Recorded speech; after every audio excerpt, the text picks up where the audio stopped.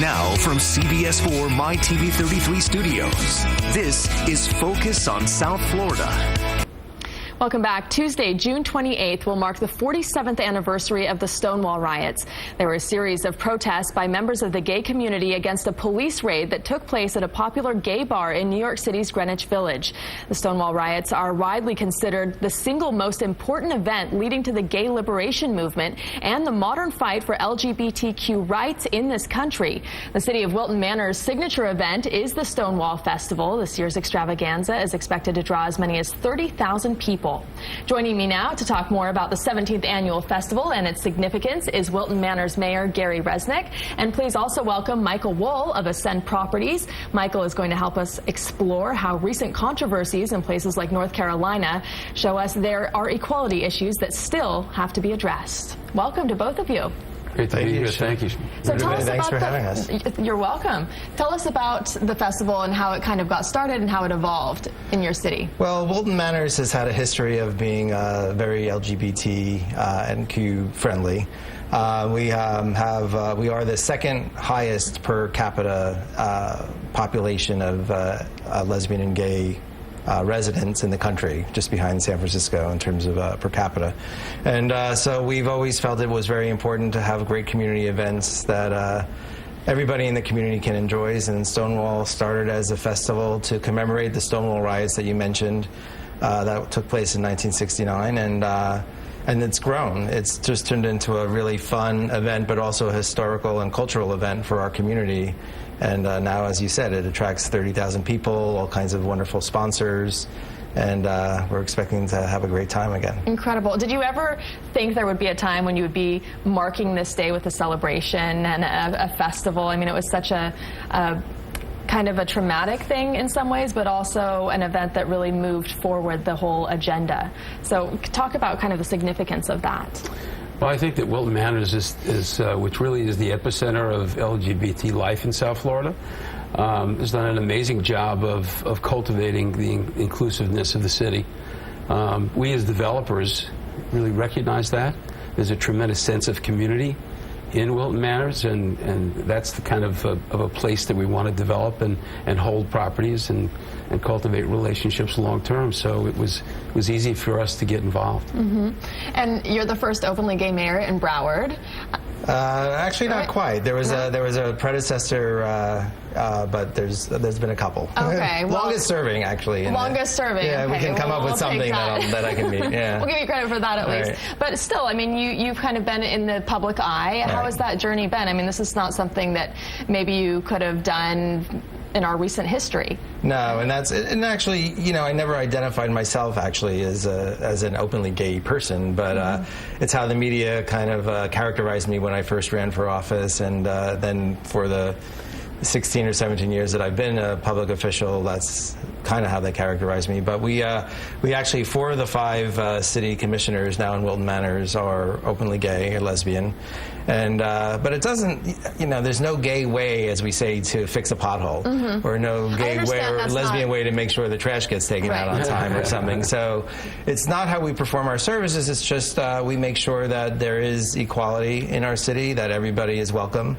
And we've done as much as we could to not only to make sure that our residents and our employees have equal rights, but also to be strong advocates for equal rights around the entire country. And it also provides an example of someone in a public office for, you know, other people in maybe parts of the country where they can't ever fathom that possibility. And that brings us to, let's talk about North Carolina, and let's talk about the so-called bathroom ban. There are still a lot of battles kind of going on throughout the country. What are some of the big priorities for you? What are some of the most important issues for you two? Well, one of the things we actually just did to call attention to the fact that there are still issues with gay and lesbian and transgender rights, we actually just raised the pride flag and are flying it permanently now in the city on a city-owned site in a park across from City Hall. And we think that it's not needed in South Florida because we think that everybody understands the rights here and everybody's very tolerant. But that's not the case. As you mentioned, in North Carolina, Mississippi's another state, they actually passed very discriminatory laws in response to anti-discrimination laws that were passed by cities. So there's still a lot of work to do. The gay rights struggle is still a civil rights issue. And now, of course, you're reading all the time about transgender rights and to be able to use the bathrooms of their choice, which in my mind is the silliest thing for a legislature or a governor to be focused on, but that seems to be important in North Carolina. And in my mind, as a public official, there's a lot more pressing problems than which bathroom people are using. But there's still a long way to go with respect to LGBT rights, even right here at home. So we're willing to be the forefront of it, and that's partly why we wanted to have this festival. And plus, the AIDS crisis is still a dramatic problem in South Florida. And the number one sponsor of this event coming up is the National AIDS Healthcare Foundation. And because AIDS is Broward County and Miami-Dade County lead actually the country in terms of number of new AIDS cases.